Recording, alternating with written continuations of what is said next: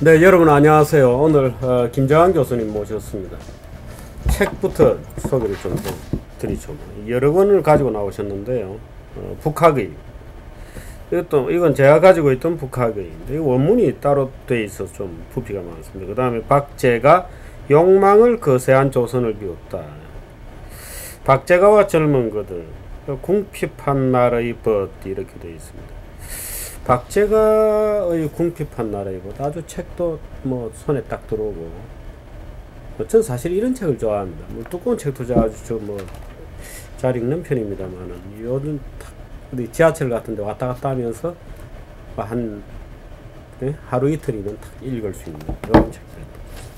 제가 오늘 아주 복장이 좀 이렇게 불량한 걸 용서해 주시기 바랍니다. 오늘 사실은 5월 1일 근로자의 날, 노동절, 쉬는 날인데 지금 신문사는 나오니까요. 오늘 김 교수님 또 넥타이까지 매시고 또 예.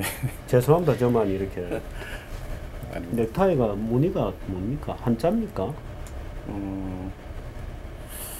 독특한 무늬이네요. H 같기도 하고요. 또 공자 같기도 하고. 한문 같기도 하고 한글 자획 같기도 하고. 네. 자, 오늘 박제가입니다. 박제가는 사실 글쎄요. 그 날카로운 문장과 비판 정신으로 따지면 기자 중에 기자다. 요즘 기자들이 그런 기자들이 잘 있을까요? 그야말로 시대의 위선을 깨부수고 허위의식을 적나라하게 폭로하며 도저히 동시대 사람들이 받아들이지 못했던 그런 주장을 거침없이 전개했던 분입니다. 김 교수 소개부터 좀 해주시죠. 예. 박제가는 어떤 사람입니까? 예. 박제가는 지금 정규재 실장께서 말씀을 하셨지만은 유명한 북학의 저자고요. 네. 그리고 조선의 학자로서는 드물게 상업과 유통 이런 걸 이제 중시했고 또 그동안에 이제 이 성리학의 일반 주류적인 또 사고에서 벗어나서 이용 후생의 학문을 체계화했고 또 현실 계획을 위해서 그 당시는 상당히 좀 혁신적인 주장인데요.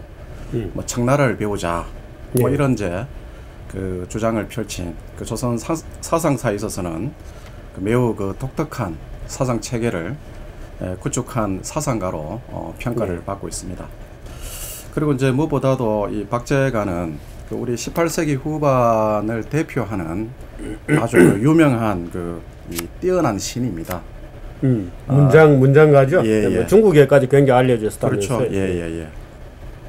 중국에 알려진 그 계기는 나중에도 좀 얘기되겠지만은 이제 박제가, 이덕무, 그다음에 유독공, 예. 그리고 이서구, 그 네 명의 시를 유독공의 그 작은 아버지가 되는 유금이라고 하는 분이 있거든요. 예. 그분이 이제 중국의 사신단의 일행으로 이제 가게 됐는데, 그래서 네 사람이 쓴 시를 다 모아가지고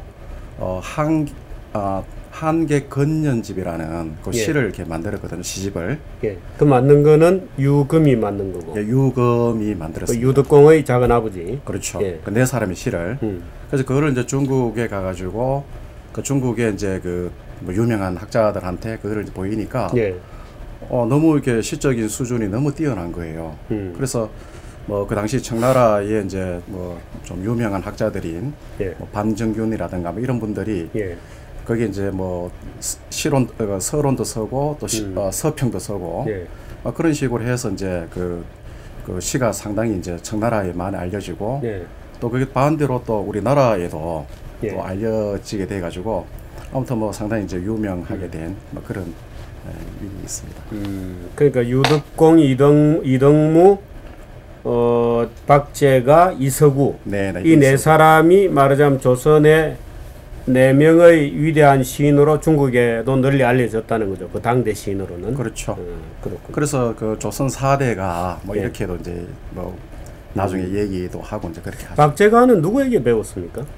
박제가는 이제 그 지금 어떤 학문적인 계보를 보게 되면은 네. 1차적으로 이제 뭐 그 아버지가 박평이라고 예. 그 상당히 좀 엘리트 코스를 밟아갔던 그런 예. 분인데요. 그 나중에 성지까지 이제 하시고 그 집에서 일단 뭐 공부를 좀 한 걸로 돼 있고. 승지라 하면 지금으로 따지면 청와대 대통령 수석 정도 되는 자리입니다. 그렇죠. 비서관. 예예예. 뭐 그런 근데 아버지가 좀 일찍 돌아가셔가지고요. 예. 그 뭐 그런 뭐 그게 나중에 박제가의 인생에 상당히 좀 어둠을 들이우지만은 예. 그 학문적으로는 이제 아버지한테 좀 아주 좀 혹독하게 받은 것 같습니다. 왜냐면은 예. 그 박제가가 그 한 7살 무렵부터 그 신동 그 기질을 좀 드러냈다 그러네요. 그래서 아버지가 뭐 사실상 그 박제가는 서얼이기 때문에 그 서자. 예. 예, 서자의 입장이기 때문에 그 사실상 그렇게 부모 입장에서 많이 신경 쓰고 이럴 입도 아니거든요. 그런데 워낙 이제 이게 그 뭐 신동으로 뛰어난 어떤 그런 소질을 보이니까 그 아버지가 늘 그 이 종이를 그 당시 종이는 굉장히 귀했습니다. 뭐 비쌌겠죠. 예, 뭐 양반가에서 그 구하기 어려울 정도로. 예. 그래서 늘 일정량의 그 종이를 이렇게 자식이 공부를 하도록 막 그렇게 이제 뭐 주기도 하고. 그리고 이제 그 나중에는 그 뭐 박지원 선생이라든가 그리고 이덕무 이런 분은 또 연세가 많거든요. 그 사실상 그 연세가 뭐 상당히 됩니다. 그렇지만은 뭐 그 친구 겸 예. 또 스승 겸 또 형님 겸 뭐 이런 역할을 하면서 그분들 통해 가지고 이제 많은 또 영향을 많이 받고 또 그러니까 박제가하고 직접 박제가를 말하자면 스승이라고 한다면 물론 이제 부친인 박평하고 예. 또 연암 박지원이 네네. 있었고 말하자면 친구라고 한다면 유덕공 이덕무. 네네. 근데 이런 사람들이 이제 박제가보다는 좀 연배가 높았고요. 그렇죠. 이덕무는 저 10살이 연상이었습니다. 아, 그렇습니까? 박제가보다가. 뭐 10살 같은 그 당시로서는 상당한 예우를 받았겠는데요. 예, 그런데 이덕무가 굉장히 이제 그 아주 이렇게 그 외유 내강적인 예. 아주 그런 뭐 전형적인 아주 그 인품이 훌륭한 그런 선비였다 그럽니다. 아, 그렇군요. 예, 그래서 그런 거를 개의치도 않고 또 뭐 실장님 잘 아시겠지만은 그 뭐 연암 박지원 선생 같은 경우도 박지원이 찾아갔을 때 예. 맨발로 쫓아 나와 가지고 그 맞이해주고 또 선수 또 밥을 지어가지고 또 대접해주고 예. 막 그런 식으로 소위 말하면은 뭐 연배는 상당히 있지만은 어떤 그 어떤 이 인간적인 어떤 교류 뭐 이런 것들이 이제 가능했고 그런 것들이 학문을 또 상당히 또 심화시킨 그런 원인이 안 됐나 이런 생각이 듭니다. 그 당시에 다산 정약용이라든지 뭐 반개 유형원이라든지 하는 이제 일반적인 우리가 실학이라고 불리는 그룹이 있었고 네. 이 박제가는 어디에 속합니까? 뭐 실학은 실학입니다만은 약간 계보가 다른가요? 계보가 실학은 주로 이제 그 남인 계열 쪽에서 이제 성호이익이라든가 이제 반개 유형원 이런 쪽에서 발전을 해왔고. 그리고 박제가라든가 이 박지원 이런 분들은 다 노론이거든요. 뭐 박지원 같은 경우는 아주 그 노론의 핵심적인 그 뭐 정통 집안입니다.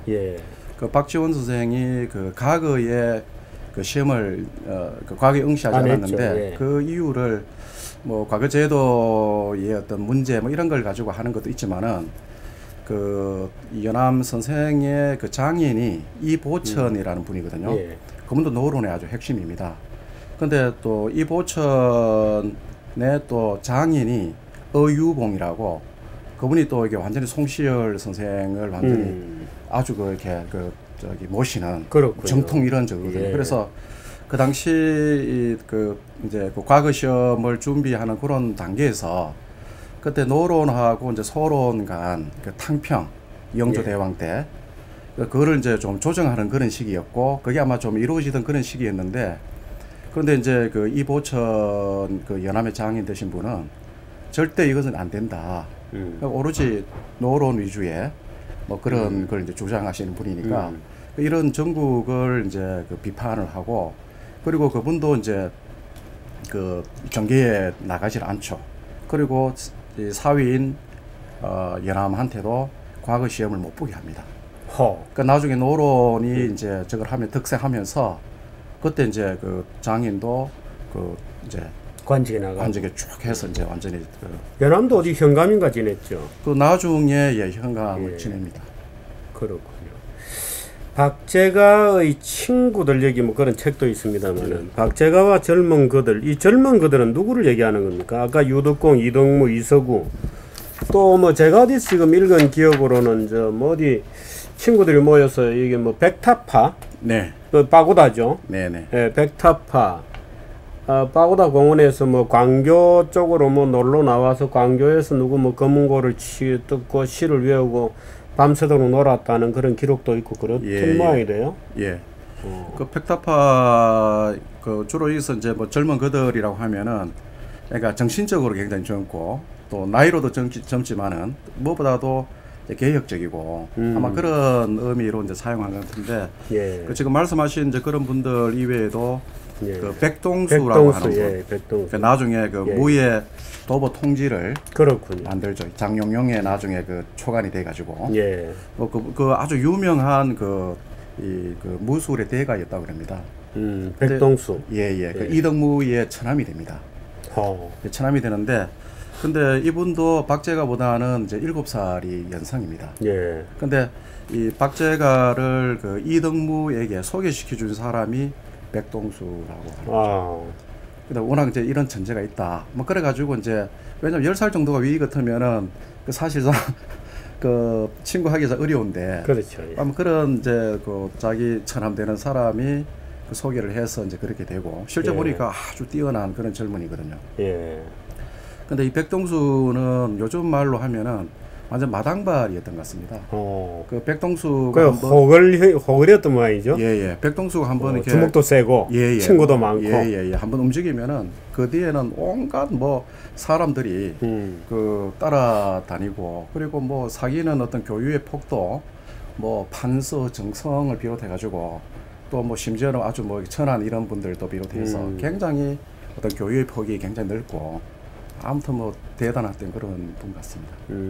참 그 재미있는 시대였던 것 같아요. 그러니까 조선이 주작이라고 하는 송시열로부터 내려오는 그 노론의 강고한 어떤 주작적 세계에서 무언가 이 젊은 애들이 다른 논리를 세우고 다른 주장을 펴려고 하는 큰 시대적 변화가 있었는데 사실 거기에서 실패했기 때문에 우리가 이제 조선이라는 나라가 결국 쇠락하게 되는데 거기서 뭔가 활로를 주려고 했던 그런 사상가입니다. 그죠? 주장의 내용을 좀 학문적으로 정리를 좀 해주시죠. 그 북학이 말입니까? 북학의라고 할 때 의라고 하는 게 이제 논문 이런 뜻이죠. 그런 뜻입니다. 그런 뜻이죠.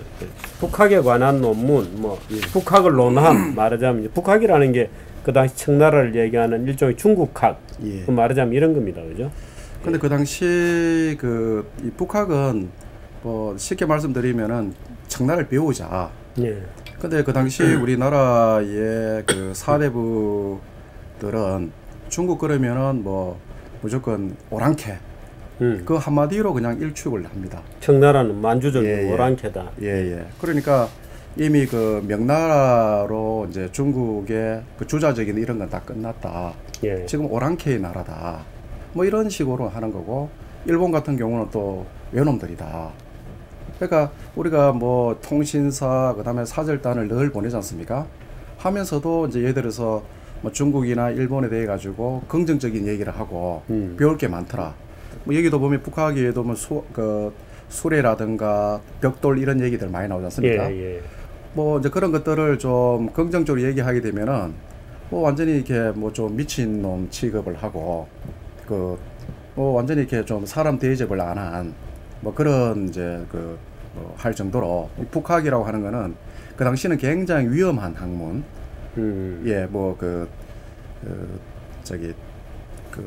천주교를 이제 그게 전파가 됐을 때 뭐 그런 거하고 비슷한 그런 대접을 받았던 그런 거죠. 그러니까 그 북학이라고 하는 게 이 서학, 뭐 서학이 천주교지 않습니까? 남인 중심으로 이제 했던 서학, 뭐 이제 그런 약간의 그게 있는 겁니다, 그죠? 그렇죠. 어떤 메타포랄까 이제 그 북학 이렇게 불렀던 거고, 그때 북이라고 하면 이제 중국을 얘기하는데 청국이죠. 그러니까 그 당시 우리 지배 계급은 명나라가 중하고 네. 명나라가 망하는 바람에 이제 중화적 정신을 가지고 있는 것은 조선이고 중국은 명나라라고 하는 말하자면 오랑캐 잡것들이 지배하고 있으니 오히려 우리가 북벌을 해서 청나라를 쳐야 된다. 그렇죠. 이렇게 주장을 했던 거죠. 그 사실 북벌이라는 게 어떻게 보면 굉장히 이중적으로 웃기는 논리일 수도 있는데요. 예, 그 말씀에 좀 덧붙여서 말씀드리면은 그 효종은 이제 북벌을 이제 주장을 했고요.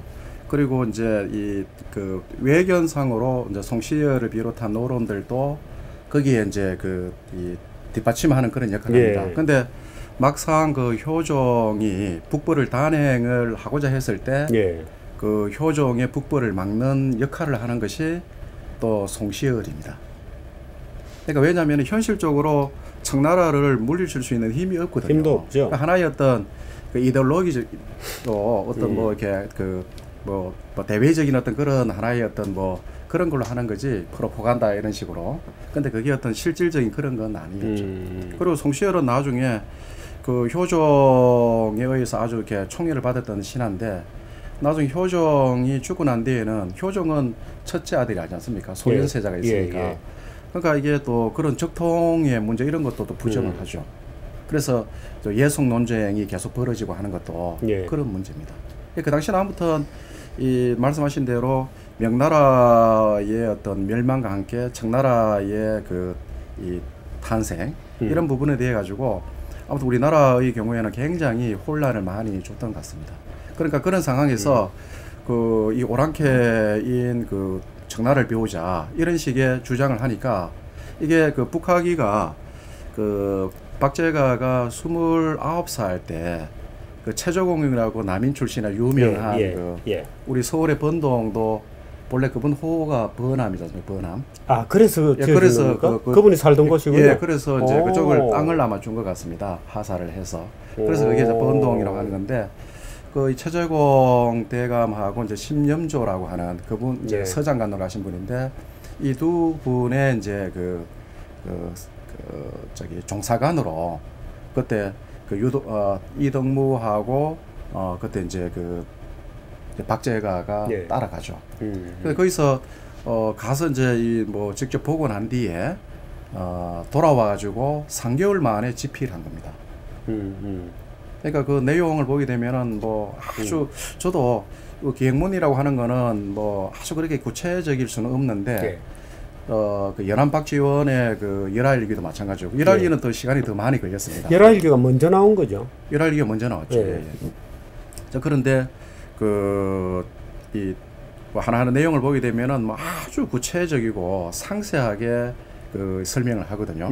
보면은 뭐 관찰력이라든가 하는 게 이게 대단한 뭐 그런 걸 갖고 있는 것 같습니다. 그래서 이게 29살 때 이제 지어진 거고요.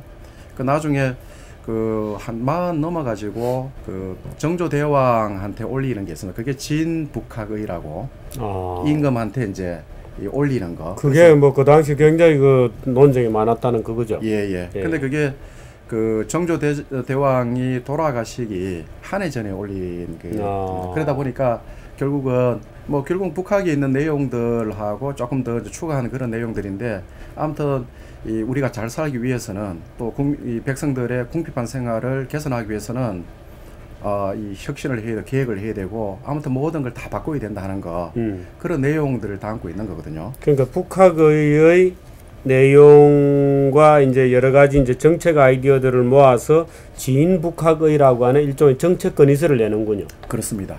사실 그게 이제 북학의보다 오히려 진북학의가 사상 내용을 파악하는 데는 더 좋겠습니다.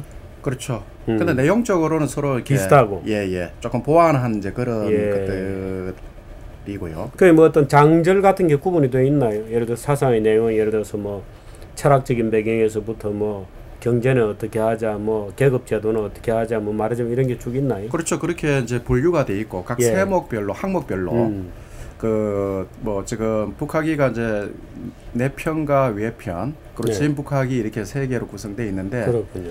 그러니까 뭐 예를 들어서 뭐 수레면 수레, 뭐 도로, 뭐 이제 또 뭐 과거제도, 뭐 화폐제도, 화폐제도 뭐 이런 식의 항목별로 해가지고 한 한 60개 정도의 항목을 제시를 합니다. 뭐 시시콜콜한 것도 많이 있습니다.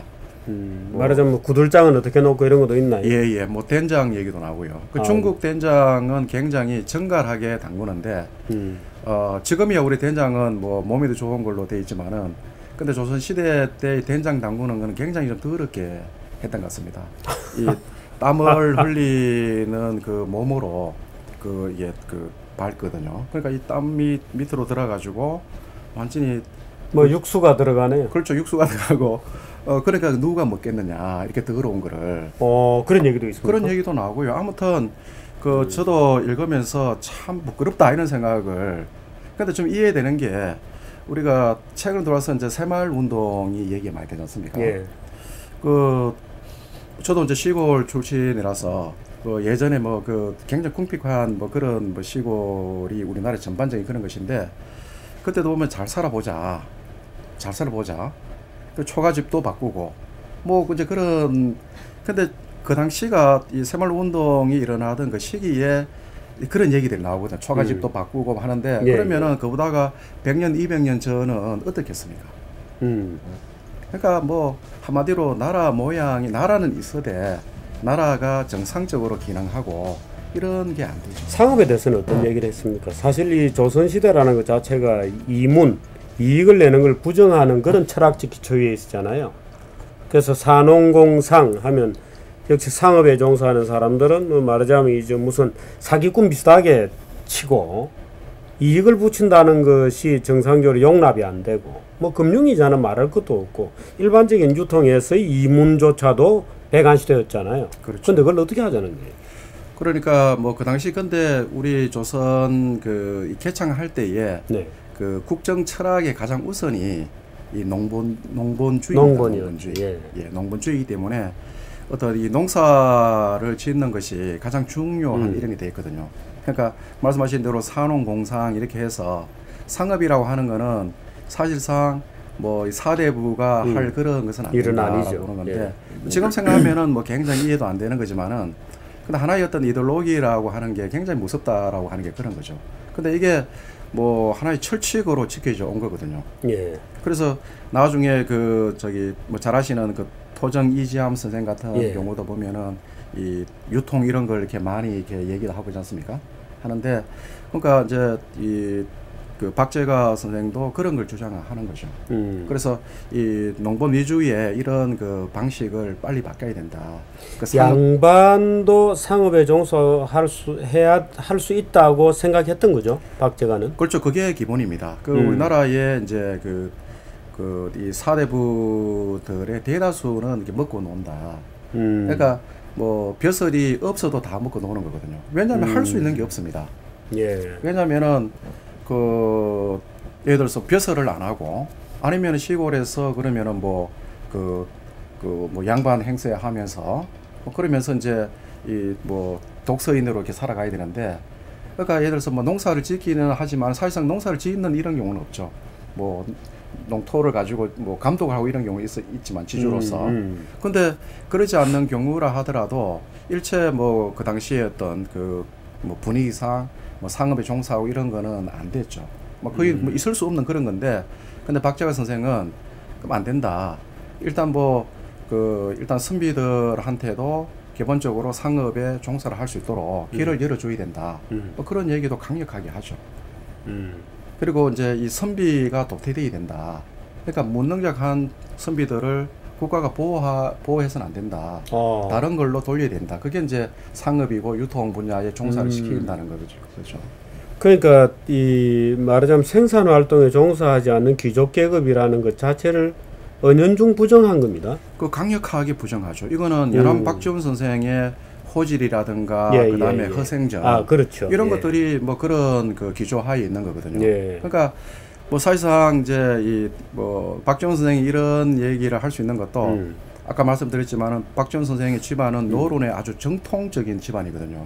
누구도 건들 수가 없습니다. 그리고 그 당시 박지원 선생은 이미 문장으로 사회적 명성이 대단한 요즘 같으면 우리 정규재 실장님처럼 누가 감히 이제 손을 대기 어려운 그런 존재였거든요. 그러니까 박지원은 그렇죠. 그러니까 이제 그런 책을 써도 이 핍박을 안 당했는데 그래도 나중에는 막 또 정적을 피해서 또 뭐 홍국영 같은 사람은 또 이 연암 또 이게 죽이려고 예예예. 그래서 연암골에 도망가 있었거든요. 그렇죠. 그런 정도의 위험한 그렇지만은 이제 뭐 연암 선생이라든 박재가 이런 선생들은 어찌 보면 목숨 걸고 어떤 개혁 정책을 얘기한 그런 만일에 것이죠. 박지원이나 박재가가 물론 박재가가 이제 나중에 노론으로 이제 이렇게 일종의 사상 전향을 하는 걸로 제가 알고 있습니다만은 만일에 노론이라고 하는 어떤 틀 속에서 보호를 받지 않았더라면 진짜 바로 죽었을 거예요. 그렇습니다. 예. 그죠? 그나마 노론이라고 하는 어떤 세력의 안에서 이제 얘기하니까 그나마 목숨을 부지했을 것 같다는 얘기도 저도 얼핏 그런 생각이 듭니다만은 화폐 제도에 대해서도 언급하는 부분이 있는 것 같아요. 예, 화폐 제도를 저희 북학기에 보면 그런 내용이 나오죠. 예. 예, 그것도 이제 중국하고 이제 비교를 하는 겁니다. 비교를 해서 그러니까 이제 이 화폐의 이제 일단 유통. 그러니까 결과적으로 전반적으로 사회 전체적으로 이제 이 상업이 활성화 안 되니까 시장이 없는 거죠. 시장이 없으니까 화폐 유통이라고 자체가 되질 않죠. 근데 중국이라고 하는 이제 그 나라는 뭐 시장이 또 상업 이런 것들이 굉장히 발전하고 그러니까 이제 화폐라고 하는 것이 굉장히 활발하게 이제 유통이 될 수 있는 거거든요. 그러니까 우리는 그 기본적인 전제 조건 자체가 안 돼 있다는 거죠. 그러니까 다 지역이 고립화되어 있는 거죠. 이게 소위 말하면 연결이 돼 있어야 되는데 이게 쪼개져 있으니까. 무슨 뭐 물류도 안 돼 있고 물류망 위에 얹혀가는 유통은 뭐 더 말할 나위도 없고 안 되고. 예. 물류와 유통, 그 물류가 이제 수레 뭐 이런 얘기 하는 거예요. 예, 그런 얘기입니다. 예. 물류도 유통도 안 되니까 눈에 안 보이는 화폐 경제는 더 안 되고. 그런 논리군요. 그러니까 그런 말하자면 물류도 되고 유통도 되고 무역도 하자는 주장이었죠. 예, 뭐 그게 이제 그 외교 통상론으로까지 이제 발전이 되는데 일단 뭐 청나라나 일본 이런 데하고 활발하게 교역을 하자. 그리고 이제 또 이렇게 그 새로운 것들 이런 걸 받아들이자. 그런 얘기 많이 하죠. 그래서 이제 뭐 수레 같은 거 벽돌 찍어내고 이런 부분들 우리나라 성벽이 어젠가요? 그 남대문이 저거됐는데 우리나라 성벽은 다 이렇게 기본적으로 하강암 큰 돌로 하지 않습니까? 근데 그 하강암으로 하는 이제 이유를 우리나라는 하강암이 많기 때문에 하는 걸로 되어 있거든요. 근데 그 규모를 보게 되면 굉장히 무겁습니다. 사람이 들기도 어렵거든요. 근데 이게 이제 한번 또 무너지면은 또 바로 이렇게 또 막 공격을 받아가지고 그게 깨어지고 하면은 또 금방 이렇게 무너지는 이런 면이 있는데, 근데 중국의 그 모든 성들은 다 벽돌로 다 있더라고요. 벽돌이죠. 그 벽돌에다가 이제 뭐 해를 붙여가지고, 그러니까 하나의 벽돌은 뭐 깨지지만 약하지만, 그렇죠. 이걸 이제 해를 쳐가지고 이게 크게 이제 묶어 놨을 때는 굉장히 큰 힘이 되는 거죠. 그래서 집도 이런 식으로 지어야 된다. 우리처럼 예를 들어서 뭐 이렇게 그냥 뭐 흙을 대충 바르고 이런 식으로 해가지고는 뭐 일단 한계도 막을 수 없고 또 군사적으로도 전용이 안 될 수 있다 보는 겁니다. 근데 그 박재가가 보는 거는 뭐 제가 이렇게 보다 보니까 좀 재미있게 느낀 게 우리 일상생활에서 이 군사력을 강화를 해야 된다라고 하는 거죠. 가령 예를 들면은 집들을 다 이제 가령 예를 들면은 벽돌로 했을 경우에 그게 하나의 성이 될 수 있다는 거죠. 거기 연결만 되면은. 근데 흙으로 했을 때는 이게 아무런 기능을 못 한다는 겁니다. 참 너무 가난했죠. 조선이라는 나라가. 근데 그야말로 모든 에너지를 다 소모하고. 제가 지금 기억에 남는 게 이게 아마 제가 박지원이었는지 박재가였는지 기억이 잘 안 납니다만은 이제 왕이 명령을 내려서 말하자면 기마부대 훈련을 하는데 말이 없어가지고 말은 기병인데 말이 없어서 이제 병사들이 걸어 다니는 거예요. 그래서 양반들에게 이제 막 사발통문을 돌려서 양반들이 타고 다니는 말을 징발을 해놓고 징발을 해라고 엄명을 내려서 이제 양반들을 들이 이제 족쳐서 그나마 말을 내놔라 하고 모아놓고 보니까 병사들이 말을 탈 줄도 모르고 평소에 타본 적도 없으니까 기병이라고 되어 있는데 편제는 그것도 타서 뭐 약간 훈련하자마자 이번엔 말이 또 훈련을 해본 적도 없고 늙고 이래가지고 픽픽 쓰러지고 도대체 이게 말이 되냐 하고 개탄하는 거를 자 박지원인지 박재관인지 그때 그 기억이 나요. 그 워낙 그 인상이 강하게 남아있어서 하는데 북학에도 이 말에 관한 얘기가 많이 나와요. 아 그렇군요. 그 지금 말씀하신 이제 그런 취지가 되는 거죠. 예, 제가 지금 헷갈려요. 어느 책이었던지가. 북학이의 그 아마 내용이 그런 것 같습니다. 예. 말에 대해서도 아주 뭐 상세하게 그런 얘기 나오죠. 아 그렇군요. 예, 예. 무역 그리고 그렇고 예. 예를 들면은 이제 뭐 배 얘기도 나오거든요. 아 배요. 그 예전에 바다에 있는 배. 예. 그 이제 우리가 이제 예전에 그 말을 키우는 곳은 제주도에서 키우거든요. 예. 그러면은 제주도 키운 말을 이제 육지로 가져옵니다. 예. 그럼 뭘로 이동을 하겠습니까? 배지 않습니까? 예. 근데 이 배 자체가 이 말이 탈 수가 있는 그런 구조가 아니었다 그래요. 그러니까 이렇게 파져 있어 가지고 말이 이 위에서 어떻게 할 도리가 없군요.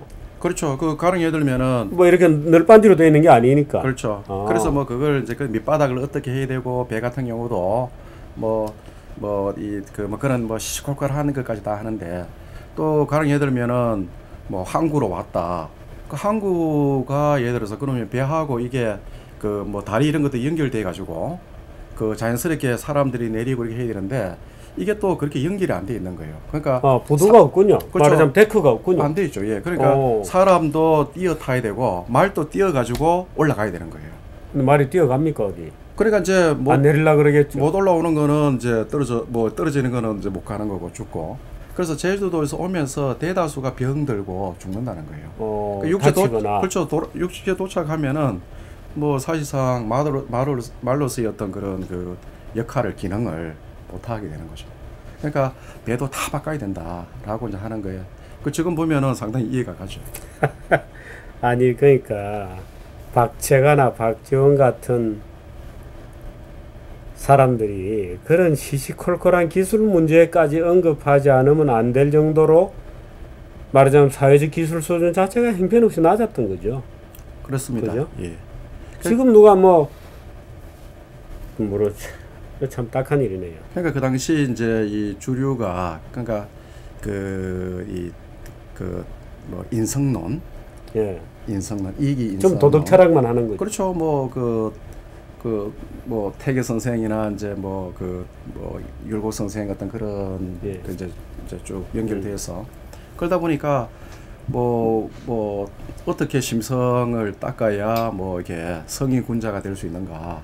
그러니까 아까 제가 말씀드린 대로 이기인성론이 성리학의 기본 되니까 우리가 요즘 말하는 공리봉담이라 얘기하죠, 그죠? 그분들한테는 이게 목숨보다 중요했겠지만, 근데 그러다 보니까 결국은 뭐 수레라든가 배라든가 뭐 이런 것들이 된장이라든가 이런 것들이 그 사대부들 머릿속에는 그게 자기들이 할 일은 아니거든요.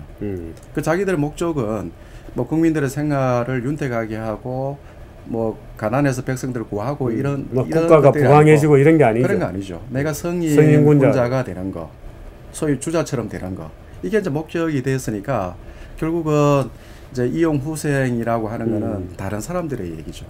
그러니까 이런 주장을 하는 것도 그 당시 어떤 그 철학에서는 또 맞지도 않는 거고요. 그 당시 선비들 입장에서 보면 예를 들어서 뭐 박지원이나 박재가 나타나서 수레가 어떻고 뭐 똥이 된장이 어떻고 뭐 이런 얘기하면 그 선비가 왜 그런 얘기하냐. 그렇죠. 그랬겠군요. 예. 그 심지어 박재가의 이제 이제 처남이 이몽직이라고 하는 분이 있는데 그 먼저 그 박재가의 이 장인이 누구냐 하면은 이순신 장군의 5대 손입니다. 이관상이라고. 그분이군요. 예. 그분은 뭐 병마절도사를 5번 정도 역임하셨는데. 그랬습니까?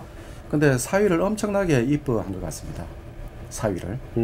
그래가지고 이제 아까 이제 학문은 누구한테 배웠는가 이렇게 질문하셨는데, 그러니까 자기 장인한테서도 많이 이제 공부도 하고, 그리고 이제 결혼하고 3개월 뒤인가 저기를 데려갑니다. 영변 도부사로 부임하거든요. 그 자기 아들하고 이몽직이라는 그 아들하고 박재가를 데리고 가는데 거기서 과거 공부를 시키는 거예요. 시키면서 근데 저도 이제 요 부분을 유심히 좀 봤었거든요. 봤는데 그 왜 그 이제 이 관상이 그 이제 자기가 부임하는 곳에 자식하고 이 사이를 데려갔는가. 예. 한번 이렇게 보니까 결국은 그 당시 수령이라고 하는 것은 그 지역에서는 지배자입니까, 그죠? 그렇습니다. 예. 그러니까 이 권력이라고 하는 게 어떤 건지, 이 세계가 어떻게 돌아가는지 아마 그런 것들을 좀 보여주기 위한 뭐 그런 것도 있고요. 그 제가 볼 때는 이게 굉장히 박제가의 어떤 삶에서는 결정적인 전환점이 된다고 이렇게 봅니다.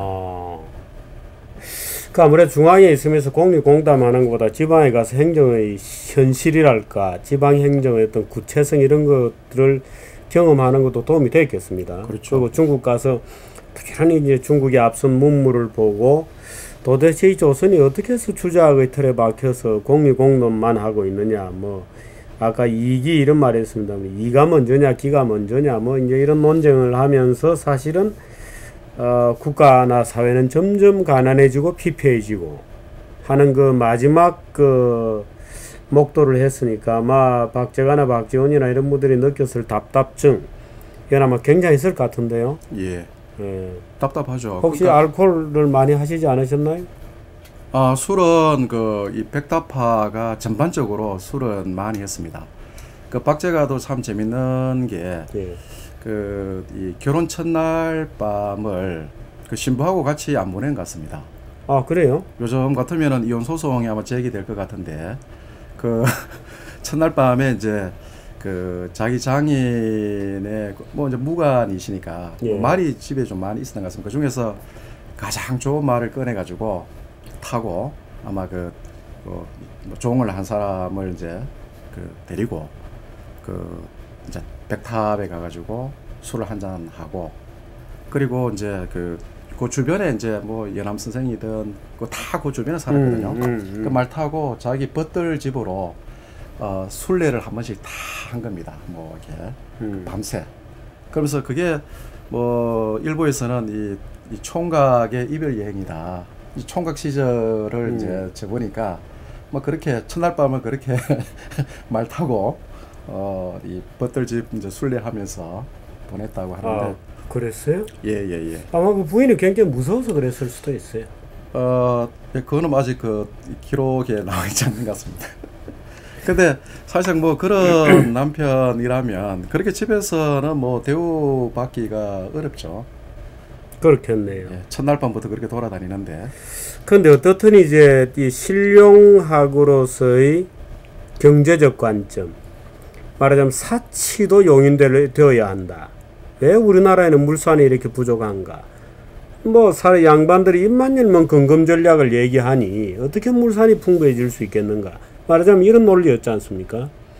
그렇게 본다면 아마 이 박제가 시대가 1800년도 18세기 1700년 700년도 후반에서 후반을 사셨던 분이죠. 예. 1800년도 초반까지 사신 분 같은데 그렇게 따지면 그게 이제 1805년입니다. 5년에 사망했습니다. 그럼 정조가 1800년 돌아가시고 정조 사후에 몇 년도 있다 돌아가시고 5년. 예. 그 이 분이 살았던 시대로 따지면 유럽으로 따지면 이제 미국이 독립을 하고 프랑스 혁명이 나고 그 직전에 아담 스미스가 국부론을 쓰던 그런 시대에 해당이 되는데 박제가가 아마 아담 스미스 정도 되는 분들하고 얘기를 직접 해봤으면 아마 더 굉장한 인사이트가 생기고 그 당시 유럽을 한 봤더라면은 세계를 바꿀 수도 있었을 테죠. 상당히 아마 서로 만났으면은 통했겠죠. 그렇죠. 예, 심정적으로 굉장히 통했을 겁니다. 책 중에 뭐 그런 게 있습니다. 다산과 괴테 통하다 하는 이런 책도 있거든요. 정다산 말이죠. 예, 정다산하고 이제 괴테도 굉장히 뭐 다양한 이제 그렇죠. 뭐 그런 그러니까 좀 전천후적인 그런 전인적인 인간이었으니까 뭐 그런 책도 있더라고. 뭐 서로 통하다. 마찬가지로 박제가와 아담 스미스 또 그러면 정신적인 또 사상적인 측면에서는 서로가 이제 일치가 되죠. 그러니까 우리가 박제가 책을 제가 읽으면서 느낀 거는, 예를 들어서 우리가 사치 문제를 어떻게 볼 거냐 하는데, 개인 도덕으로 근금 전략은 좋은 도덕일지 몰라도 사회적 덕목으로 소비에 대한 억제 또는 사치에 대한 금지, 이런 것들이 경제를 얼마나 피폐하게 몰아가느냐를 쭉 설명한 대목이 있더라고요. 뭐 예. 중국의 뭐 그릇은 어떻고 한국의 그릇은 어떤데, 뭐 예. 중국의 참 독일 그릇은 정말 멋지게 되어 있는데 왜 한국 그릇은 이렇게 볼품이 없이 되어 있냐 하고 이제 개탄하면서 쭉 행기네. 그 보면서 제가 느낀 게, 아, 이 박제가라는 분은 이 경제가 어떻게 돌아가는구나 하는 메커니즘을 알았던 분이다 하는 그런 느낌 들더라고요. 그렇죠. 아마 그런 기본적인 어떤 인식 없이는 그런 어떤 그 처방을 내릴 수가 없죠. 예. 보면 굉장히 명쾌한 이제 그런 측면이 있거든요. 그래서 지금 말씀하신 대로 그 당시 이제 전용이라고 하는 거, 전용, 예. 전략이죠. 거. 그렇죠. 소비하지 않고, 이것도 뭐 그 당시에 그 국가적인 하나의 그것도 하나의 이제 기본 방침이었던 것 같습니다. 전용. 그러다 보니까 소비가 안 되면은 결국은 이게 뭐 생산이 안 되는 거죠. 예. 그러니까 생산이 안 되면 결국은 뭐 유통도 안 되고 산업이 발전할 수도 없고, 결국은 이제 이게 악순환이 되는데, 그런 데서 소비의 경제학, 예. 그리고 뭐 이 사치, 왜 사치가 나쁘냐, 화려하게 옷을 만들어라 이거죠. 그러니까 옷 얘기도 납니다. 그러니까 그 당시 이제 아녀자들이 입던 옷들, 그 중국 같은 경우는 치마 이런 것도 보면은 뭐 긴 것도 있고 짧은 것도 있는데, 예. 우리는 무조건적으로 다 길지 않습니까? 그러니까 활동에도 이제 불편하고, 채색도 안 돼 있잖아요. 그렇죠. 그러니까 좀 뭔가 어떤 변화 이런 것들이 필요하지, 그냥 고루한 어떤 그런 방식에서 벗어나지 않는 거. 그건 뭐 옷을 비롯해 가지고 의식주 모든 측면에서 다 똑같다는 거죠. 박제가의 사상이 좀 이어졌습니까? 결국 그게 이제 뭐 조금 연암 박지원 선생 같은 경우는 그 손자가 박 교수거든요. 예. 박 교수고, 또 예를 들어서 뭐 이제 다른 여기 이제 백다파 다른 분들 자손들도 보면은 나중에 이제 6일준 이런 분도 이제 아마 유덕공인가 아마 이런 분의 손자가 아마 그런 거예요. 그렇군요. 그러니까 그게 다 그런 사상이 연결되는 거죠. 그래서 그 자식으로 내려가는군요. 예. 그래서 이 이조 말에 오게 되면은 이제 괴하파, 괴하파가 결국은 이런 이제 이 박제가 뭐 연암 선생 이런 정신을 이어받은 그런 사람들을 볼 수 있는 거죠. 6일준이 서유견문을 쓰신 분이죠. 네네네. 그렇게 연결이 되는군요. 6일준도 서자였습니까? 그렇지는 않은 것 같습니다. 근데 아니 뭐 그 당대 그렇죠. 천재들 중에 서자들이 하도 많아서. 예. 아마 6일준 부분은 제가 조금 한번 좀 검토를 한번 해보겠습니다. 예. 서재필은 어땠습니까? 서재필도 아마 제가 듣기로 서자였다고 들었는데. 서재필도 서자였죠. 예. 근데 그러니까 이제 소위 이제 지금으로 따지면 개방파 이렇게 얘기할 수 있고, 시장을 존중해야 된다. 시장의 규칙에 따라서 물산이 풍부하게 생산될 수 있도록 인간의 본성에 맞게 해야 된다. 이제 이런 주장을 원초적으로 폈던 분들인데, 이제 박지원, 박제가, 뭐 유덕공, 이덕무 이런 분들이 생각이 쭉 이어져서 개화파로 연결이 되는 거죠. 그렇죠. 그러니까 뭐 그런 것 같습니다. 역사를 보게 되면은 진짜 이게 어떤 올바른 시대 인식, 거기에 기초한 어떤 이론적인 체계 정립, 이런 것들은 영원한 것 같습니다. 그러니까 당대히 죽지 않는 거죠. 도리어 예를 들어서 뭐 어떤 공리라든가 뭐 어떤 명리를 탐하고 이런 것들은 별 의미가 없는 거고, 정신적인 이런 거, 그런 것들이 결국은 역사의 발전을 이렇게 끌어내는 그런 원동력이 아닌가. 혹시 박제가의 호가 초정인데요. 그 초정이 어디서 이렇게 유래된지 아십니까? 모릅니다. 아시면서도 모르시나요? 아니, 모릅니다. 굴런이라고, 굴런. 그건 중국이. 초사를 그렇죠. 썼던. 초사, 이소. 이 초사에서 초자를 따가지고 그래서 초정이라고. 그렇습니까? 그러니까 이 구로는 대단한 이제 우국지사거든요. 그러니까 이런 우국지정을 표현한 그런 걸 수도 있고, 또는 그 박제가는 그 아버지가 그 12살 때인가 돌아가셨거든요. 예. 그때부터 어머니하고 아주 어머니가 그때 30 뭐 몇 살밖에 안 됐었습니다. 예. 그러니까 굉장히 고생을 많이 했죠. 근데 이 그 박제가의 호가 이제 초정인 거는 그러다 보니까 이제 늘 비극적인 뭐 그 당시 서울이 할 수 있는 게 뭐가 있었습니까? 아, 그 비극에 대한 암시도 있겠습니다. 예, 그 비극적인 암시도 있는 거고. 예, 그 초사를 썼던 그 구런이가 결국에는 그 달이 저 호수에 달이 뜨니까 그 달을 건지러 간다고 들어가서 물에 들어가서 자살을 하죠. 뭐 익산지 자살인지 모르겠습니다만은 그 평생을 참 고독 속에서 살았던 분이고 그런데 아 그러는 데서 오는 자기의 호를 그 초차를 따왔다 그러면 그 구런의 인생에서 오는 뭔가의 느낌 이런 것도 있었겠군요. 예, 뭐 그런 뭐 그 아무튼 이 뭐 호 하나를 보더라도 어떤 그 어떤 깊은 어떤 의미도 있고요. 그리고 이게 그 박제가의 글이 그 이게 뭐 북하기에는 그냥 뭐 이렇게 좀 구체적인 내용들 기술을 하는 거니까 상세히 되어 있지만은 뭐 시라든가 이런 그 또 이 아까 소품 그 아까 뭐 좋은 책이라고 했던 뭐 이런 책 같은 궁핍한 나라의 것이군요. 그 요런 책 같은 경우는 그 내용이 아주 이렇게 압축이 돼 있어 가지고 그 문장 한마디 한마디 속에 많은 내용들이 압축이 돼 있다 그러거든요. 그래서 그게 아마 뭐 지적 수준을 이제 얘기를 해주는 것 같았는데 뭐 굉장히 뭐 이 시의 수준도 굉장히 높았던 것 같습니다. 네. 혹시 시 중에 뭐 소개해 주실 만한 하나 그 제가 이 그 아까 그 장인이 굉장히 이제 그 이관상 이관상이 이제 박제신의 5대 후손 근데 그 아까 이제 영변도 부사로 부임해 가지고 그 다음 해에 그 뭐 갑자기 죽습니다. 그러니까 장인이요. 장인이. 그러니까 박제가로서는 진짜 든든한 후원자 한 사람을 잃게 되는 셈이죠. 그래서 근데 이 처남이 보통 이제 우리가 행장을 부탁할 때 그건 뭐 그 당시 유명한 분한테 이게 부탁을 하거든요.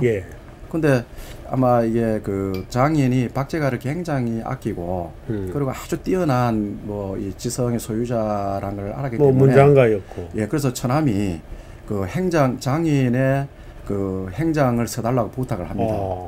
그 나중에 행장을 쓰거든요. 뭐 쓰고 또 그리고 또 이제 또 그의 또 장인 관련한 시도 이제 몇 편을 쓰는데 그 제가 하나 좀 그 혹시 또 질문이 있을 수 있기 때문에 한번 준비를 해봤는데요. 그 행장이라면 이제 돌아가신 분이 이제 살았던 일대기입니다. 간단하게 정리하면 어떻게 살아왔는가 하는 건데 그 제가 오늘 여기 소개하는 거는 이제 시거든요, 시. 그 행장하고는 상관없이. 그럼 말하자면 장인을 추모하십니까? 그렇습니다. 그 한번 제가 소개하면은 연꽃 정자 술자리에 술이 나옵니다. 술자리에 북소리 요란하더니 공은 덤뿍 취하고 사이 또한 얼큰했네. 야단 치시던 일 잊을 수가 없으니 돌아감을 구하던 날 내 머리를 쓰다듬으셨지. 늘 사랑함이 나만한이 없다고 하셨으니 이 때문에 공떠남이 마음 더욱 아파라. 굉장히 아주 절절한 이제 그런 마음을. 그 장인하고 사위하고 아주 장구 치면서 술도 같이 드시고. 그 장인이 아주 이렇게 그 박제가를 아주 이렇게 애지중지를 했다고 그렇게 합니다. 아주 인간적인 정이 물씬 풍겨나는. 이 책은 아마 이 박제가의 산문인 것 같습니다. 다른 뭐 에세이, 그죠? 이건 뭐 실장님께 제가 선물로 드리겠습니다. 이 구하기 어려운 것 같은데. 뭐 구하기 어려우니까 제가 선물로 드리겠습니다. 제목이 아주 참 기가 막힙니다. 궁핍한 날의 벗. 참 느낌이 있네요. 저는 그 초정, 그 초가 구런의에서 따왔다는 건 오늘 처음 알게 되었습니다. 정말. 그 정조 대왕이 참 대단했던 게, 이 서울 차별법이 그 잘 아시죠? 그게 태종 때 만들어져 가지고요. 이방원 때. 만들어져 가지고 그 세종 때 이제 그 경국 대전에 이게 수록이 됐답니다.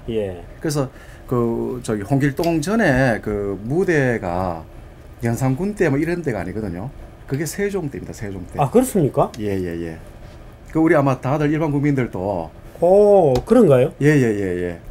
왜냐하면 그때가 이제 설 애비를 애비라 부르지 못하고 예예예. 근데 이 설 차별법을 만든 게 본래는 뭐 그렇게 나쁜 의미는 아니었던 것 같아요. 그러니까 고려 시대의 그 족벌, 그러니까 이 혼인을 통한 이 족벌 세력들이 뭐 완전 나라를 완전히 망친 거거든요. 그 건문세족들이 다 이렇게 혼인으로 연결된 이런. 그렇죠. 그러니까 그거를 막기 위해 가지고 일부 일처. 일부 일처. 그러니까 부인을 여러 명을 못 두는 거예요. 그 왕도 예외가 아닙니다. 왕도 왕비 한 사람밖에 없잖아요. 1왕비, 2왕비가 없죠. 중국에는 1항우, 2항우가 있습니다. 근데 일부 일처제. 그러니까 이 일부 일처제를 피해 나갈 수 있는 방법이 뭐겠습니까? 처벌 드리는 거거든요. 부인은 아니면서 그렇죠. 처벌 드리고 여기서 이제 뭐 그러다 보니까 원래 제도라고 하는 게 뭐 순기능을 한 면도 있지만은 또 역으로 또 잘못 악용되는 경우도 있거든요. 그게 이제 소위 말하면은 그 하나의 조롱의 대상으로 이 서자가 대상이 되는 겁니다. 그래가지고 친구를 사귈 때도 그 저거밖에 못하죠. 서울끼리만 사귀고, 그렇죠. 결혼도 그렇게 해야 되고, 그리고 뭐 재산 상속이라든가 모든 일상생활에서도 다 차별을 받고, 이 그 북학기에도 그런 얘기 나오죠. 아버지를 아버지라 부르지 못하고 형을 형이라 부르지 못하고 그런 사람이 있으면 이런 얘기 나오지 않습니까? 그게 이제 자기 얘기를 하는 건데, 근데 이런 악습이 계속 이제 돼 왔던 거거든. 그래서 이 나중에 이제 규장각 검사관으로 이제 그 정조 대왕이 등극했을 때 그 다음 해가 이제 들어가지 않습니까? 근데 이 규장각 검사관은 5품입니다. 5품. 그 서울들이 갈 수 있는 거는 6품까지거든요. 그 나중에 겸직하는 또 그러니까 겸직을 또 합니다. 겸직 또 이렇게 그 관직들은 다 6품입니다. 6품. 넘어설 수가 없거든요. 넘어서면은 날랍니다. 이 주류 쪽에서. 그런데 이걸 뭐 그래서 이제 이 너무 이런 이 악용이 되고 또 아주 뭐 변칙적이 완전히 이렇게 이 나쁘게 저거 되니까. 근데 그렇지만 누가 이거를 뭐 문제를 삼겠습니까? 그러니까 결국은 이제 정조 대왕이 이제 위대한 거는 이 서울 깼죠. 차별법을 폐지를 합니다. 그러니까 굉장히 주도 면밀하고, 아무튼 그 최근에도 이제 그 안대해 선생님이 뭐 얼마 전에 이제 발표해가지고 상당히 좀 이덕일시하고 논쟁이 됐던 그 중에 하나가 그때 노론 벽파 영수 심한지하고. 근데 둘이 보면은 뭐 서로가 이게 아주 그죠? 서로 아주 긴밀한 협력 관계. 예전에는 완전히 서로 이렇게 된 걸 봤었거든요. 근데 뭐 이제 그런 이제 보면은 이 정조 대왕이라고 하는 사람은 참 대단했던 것 같습니다. 복잡한 분이었죠. 참 정치 상황도 복잡했고, 이방원 때 서울차별법이 생긴 것이, 저는 단순하게 그게 정도전이가 설이었기 때문에 정도전을 때려 죽이면서 뭐 그건 연유가 되었나 이런 생각이 했었는데, 그렇군요. 그 복잡한 가족 관계가, 그렇죠. 말하자면 족벌로하는, 그렇죠. 하나 이제 결혼을 통해서 결혼 동맹을 만드는 이걸 이제 깨고, 그러고 보니까 이방원이 자기 처가에 대해서도 굉장히 엄격했죠. 그렇군요. 그러니까 이제 외척에 대한 이 공포심 같은 게가 좀, 그러니까 이 설이라고 하는 거는 이제 그런 이제 이 정치 문화의 어떤 유산이고, 그러니까 그 부작용으로 생긴 거군요. 그렇죠. 수많은 사람들이 이제 이런 저걸 했는데, 이걸 이제 이런 폐습을 이제 철폐하신 분이 이제 정조 대왕이시고 하는 거죠. 그렇군요. 근데 그러니까 여기 이제 이 백타파 뭐 박재가라든가 유덕공, 이덕무, 뭐 백동수라든가 또 뭐 그 서상수, 서리수 이런 분들이 나중에 사검서로 갈 때 그도 다리 역할을 했던 분이 홍대용이라고 하는. 근데 홍대용이란 분이 그 옛날에 그 세손에 그 지키해주는 세손 이기사라고 하는 그 관직에 뭐 시직이라고 하는 그런 관직이 있었답니다. 그러니까 세손, 그러니까 정조 대왕의. 그러니까 그 이제 정조 대왕이 이제 등극을 하니까 그 양반들하고 굉장히 친했었거든요. 그렇군요. 그러니까 근데 홍대용 그분은 이제 뭐 이제 저거 양반 저거였고요. 그러니까 얘기를 많이 하고 하니까 이제 결국은 이 사람들을 이제 한 건데 나중에 이제 박제가도 좀 투덜투덜 하거든요. 왜냐하면 이걸 한 13년 이상을 이 검색안을 했는데 나중에 뭐 나이 드니까 이걸 일일이 보고 이런 것도 굉장히 눈도 나빠지고요. 근데 그게 굉장히 힘들거든요. 근데 이제 그 작업이 그 판본들이 여러 개 있잖아요. 그 오전이. 예. 그러면 수만 건이 있으면 그걸 일일이 다 대조를 해가지고 옳은지 그런지 다 확인해야 되는 거예요.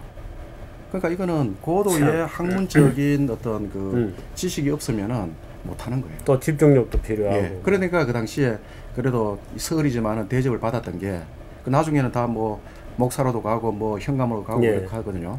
그러니까 이제 그런 것들이 좀 있었고 하나 좀 재밌는 게 그 우리 사막사가 언젠가요? 병자호란 때. 병자호란 때 3명 잡혀가지 않습니까? 예. 그 서연세자 잡혀갈 때. 예, 윤집, 오달재, 홍익한 3사람이 잡혀가는데, 근데 그 사람이 그 잡혀가면서 이제 그 중국에서 어떻게 죽었는지를 알 수 없었던 거예요. 그런데 그분들은 다 이렇게 노론 그 집권 세력들의 저거죠. 저건데, 그런데 이제 이 박제가가 옛날 박제가가 이제 주로 이제 연행을 했을 때 4번 연행을 했었는데 주로 목적이 이 정조대왕이 워낙 이게 책에 대한 이 욕심이 많고 하니까 이 서적을 대량 구입하는 그런 목적이 컸다 그럽니다. 유리창을 엄청나게 돌아다니고 이제 하는데, 근데 이제 그렇게 하다가 이 사막사의 죽음에 관한 그 기록이 있는 책을 발견한 거예요. 그거를 이제 한국에 갖고 온 겁니다. 조선에. 그러니까 이제 그 노론들도 기특하지 않겠습니까? 그래가지고 아마 좀 뭐 현감 나가고 이런 것도 좀 이렇게 눈 감아주지 않았을까. 좀 그런 생각도 듭니다. 홍대영이라는 분 지금 얘기하시는데, 홍대영이라는 분 우리나라에 지구가 둥글다고 처음 주장하신 분이죠. 그렇죠. 예. 기억이 나요. 그때 지구오일을 처음으로 아마 우리나라에 소개한 분으로. 예. 기억이 나는군요. 근데 이분이 이제 보니까 뭐 양반 이제 그 가문에 이제 이분은 뭐 그냥 적자 그런 분인데, 근데 이분은 이 중국의 학자들한테 굉장히 그 신임을 받았습니다. 굉장히 좋아를 홍대영. 왜냐하면 이분은 우리나라 사람, 그러니까 중국 학자들도 알죠. 왜냐하면은 한국 이 조선 저희 관리들은 우리를 오랑캐라고 굉장히 이제 오랑캐 대접을 하고 뭐 얘기하면은 듣지도 않고요.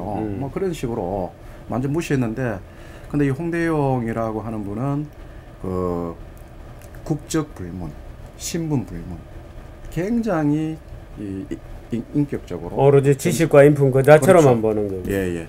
그래서 이제 이 양반 이 홍대영하고 이제 그 중국의 이제 뭐 유명한 학자들하고 교류가 됩니다. 이 홍대용 초상이 하나 있거든요. 예. 이렇게 뭐 이렇게 그것도 반정규 엄성이라고 하는 분이 그때 뭐 35살쯤 되고 홍대용 한 25살 정도 됐던 것 같은데, 근데 그분이 이제 이 초상화를 그려준 거거든요. 그러니까 그 엄성이라고 하는 이 양반은 이제 절강성 출신인데, 중국인이었군요. 예, 중국, 예. 뭐 반정균, 엄성 이런 분들은. 예. 근데 이제 한 1년 뒤에 그러니까 성에서 실시하는 과거 거기까지 다 합격을 했는데 거인이라고 합니다. 이게 거인. 1차 올려줬다는 그렇죠. 1차 시험에 합격하면 수재라고 이게 생원 수재, 2차가 거인이고 뭐 이렇게 쭉 하는데, 근데 거인만 돼도 3년 동안 문패 걸고 깃발 걸고 이렇게 뭐 그럴 정도로 대접을 많이 받는다 그러네요.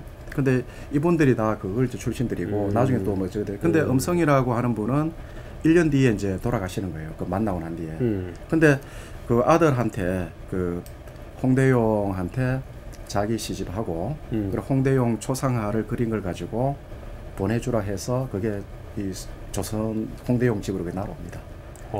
그래서 서로 간에 이제 그 제사 날에는 제사도 지내고 뭐 이런 식으로 하고, 그리고 박제가 초상도 뭐 물속 뭐 이렇게 이마 뭐 이런 얘기 나오고 그랬습니까? 본인이 그렇게 쓴 거지만은 또 그거를 그 초상화를 그린 사람이 나빙이라고, 양주 팔계라고, 그것도 청나라에 굉장히 유명했던 하가 8명을, 정판교 아시죠? 그 정판교가 그 중에 가장 대표적이고, 나빙이란 사람은 가장 이제 젊은 사람이었는데. 맞습니다. 나빙 제가 언젠가 그 일화를 한번 읽은 적이 있는데.